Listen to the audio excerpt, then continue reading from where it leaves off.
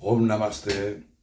En este vídeo quería compartir con vosotros una breve comparación entre el Samadhi Pada, es decir, el aquietar la mente de los Yoga Sutras de Patanjali, y el Bhagavad Gita. Recordar que estamos haciendo unas breves comparaciones entre ambas obras maestras y sobre todo porque hay gente que nos ha preguntado la diferencia, ¿no?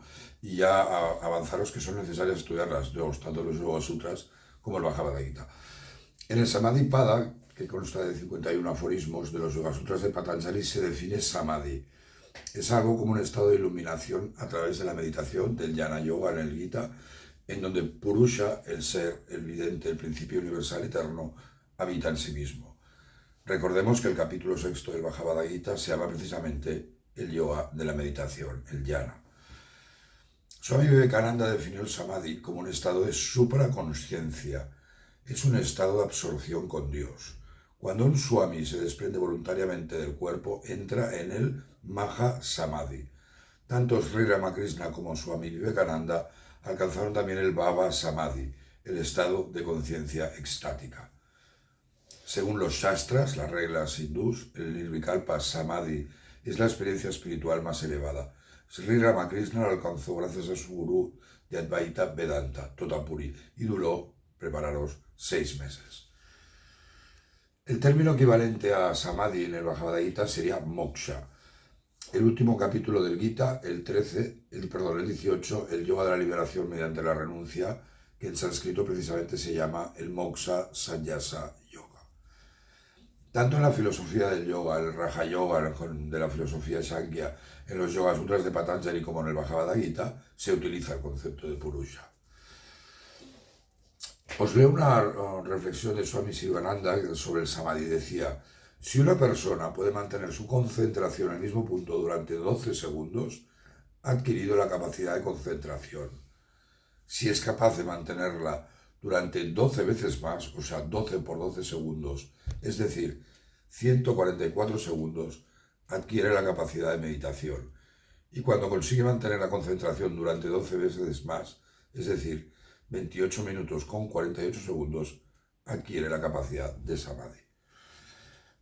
El objetivo del Samadhi Pada, pues, es comprender el funcionamiento de la mente y cómo calmarla. En todo el Bhagavad Gita hay importantes versos relacionados con el control de la mente. Por ejemplo, en el verso 35 del capítulo 6, el yoga de la meditación, y hemos dicho el Jnana Yoga, encontramos este precioso símil explicado por Krishna a Arjuna. Y Arjuna dice, Krishna dice, indudablemente la mente es voluble y difícil de refrenar, pero mediante la práctica constante del yoga y del desapego se puede controlar. El Samadhi Pada de los Yoga Sutras contiene el famoso verso en donde encontramos una definición de yoga según Patanjali. Yoga es la restricción de las fluctuaciones de la materia mental. En los Yoga Sutras encontraremos otras definiciones, pero me quería centrar en algunas definiciones que da el Gita sobre yoga y yogi. Recordad que tenemos un vídeo explicando qué es el yoga según el Gita. Por ejemplo, en el verso 48 del capítulo Sankhya Yoga, sobre el cual Patanjali fundamenta sus Yoga Sutras, encontramos una definición similar a esta que hemos leído de Patanjali, pero quizás expresada de forma más poética y amplia.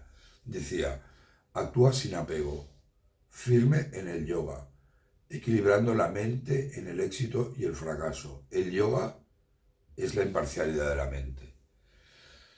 De alguna manera, el aforismo de Patanjali yo lo veo como una escueta afirmación, pero en el Gita creo que se expresa una idea similar, porque la idea básicamente es la misma, pero de forma mucho más poética, que invita a reflexionar sobre esta imparcialidad de la mente. Además, Krishna nos recuerda la importancia de practicar el desapego. Sobre el yoga en el Gita, insisto, hay un vídeo que hemos preparado sobre este tema, pero quería leeros algunas definiciones. Por ejemplo, en el verso 23 del capítulo 6, el Jnana Yoga, encontramos una profunda definición del yoga.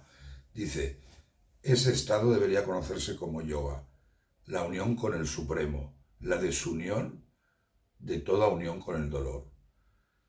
¿Qué causa el dolor? La ignorancia, que hay que cortarla con la espada del conocimiento, con el Jnana, tal y como dice el verso 42 del capítulo 4. Por lo tanto, corta la duda engendrada por la ignorancia con la espada de la autorrealización. que se han filtrado en tu corazón. Dirige el yoga hacia ti mismo y levántate, oh Bharata.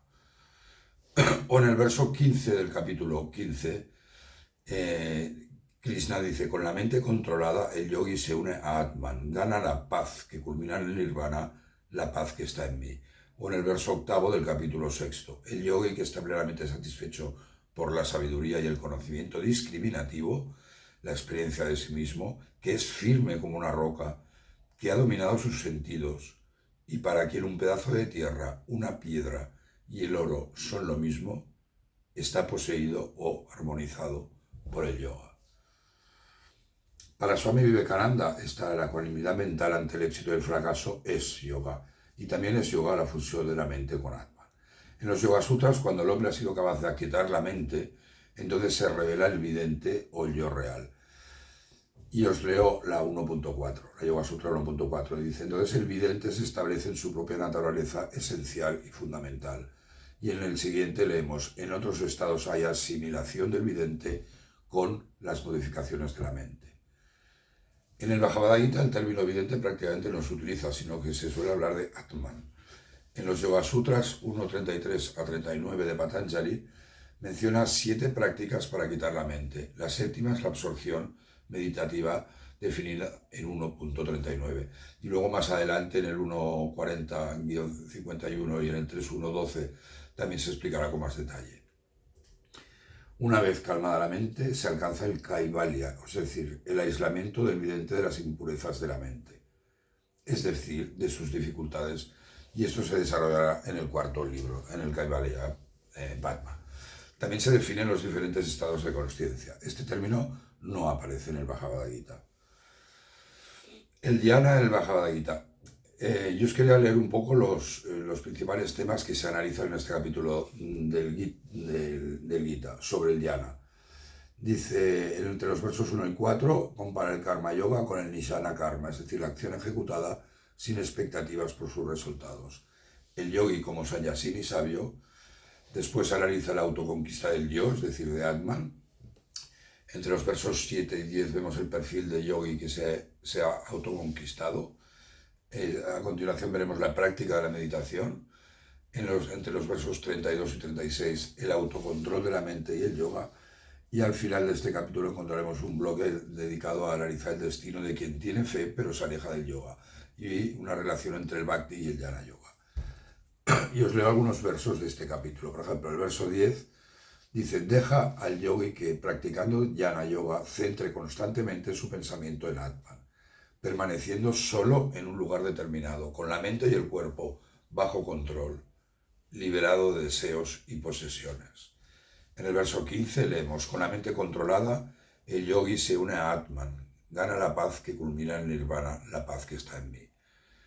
En el 19 hay un maravilloso símil que es como la llama de una vela que no flamea en un lugar sin viento, así es un yogi, con su pensamiento controlado tratándose de unirse con Atman. En el verso 20 encontramos donde el pensamiento frenado por la práctica del yoga cesa por completo, donde un hombre se siente contento dentro de sí mismo, es Atman contemplando a Atman. O el precioso y profundo verso 29. El hombre centrado en el yoga mira a todos de forma imparcial, viendo a Atman en todos los seres y a todos los seres en Atman. Ruego que reflexionéis sobre este verso porque es trascendental y además precioso. Y en los versos 13 y 14, Krishna ofrece una breve explicación sobre la asana, y es la única referencia que vamos a ver en el Gita, y brahmacharya.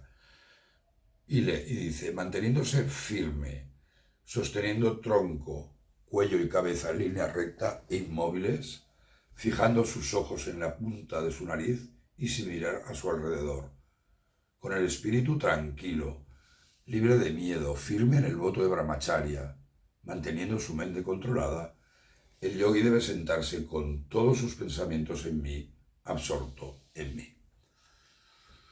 Otro tema que os quería hablar es la relación sobre Purusha, que recordemos que es utilizado por ambas escuelas.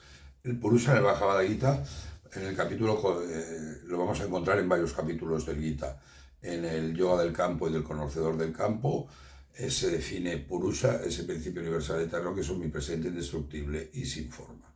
Además lo encontramos en los siguientes capítulos: el yoga del ser supremo, el yoga del conocimiento de Brahman, el yoga del imperecedero Brahman y también en el yoga del conocimiento real y discriminatorio. Fijaros que todos estos capítulos están dentro del Jnana Marga o del bloque de conocimiento.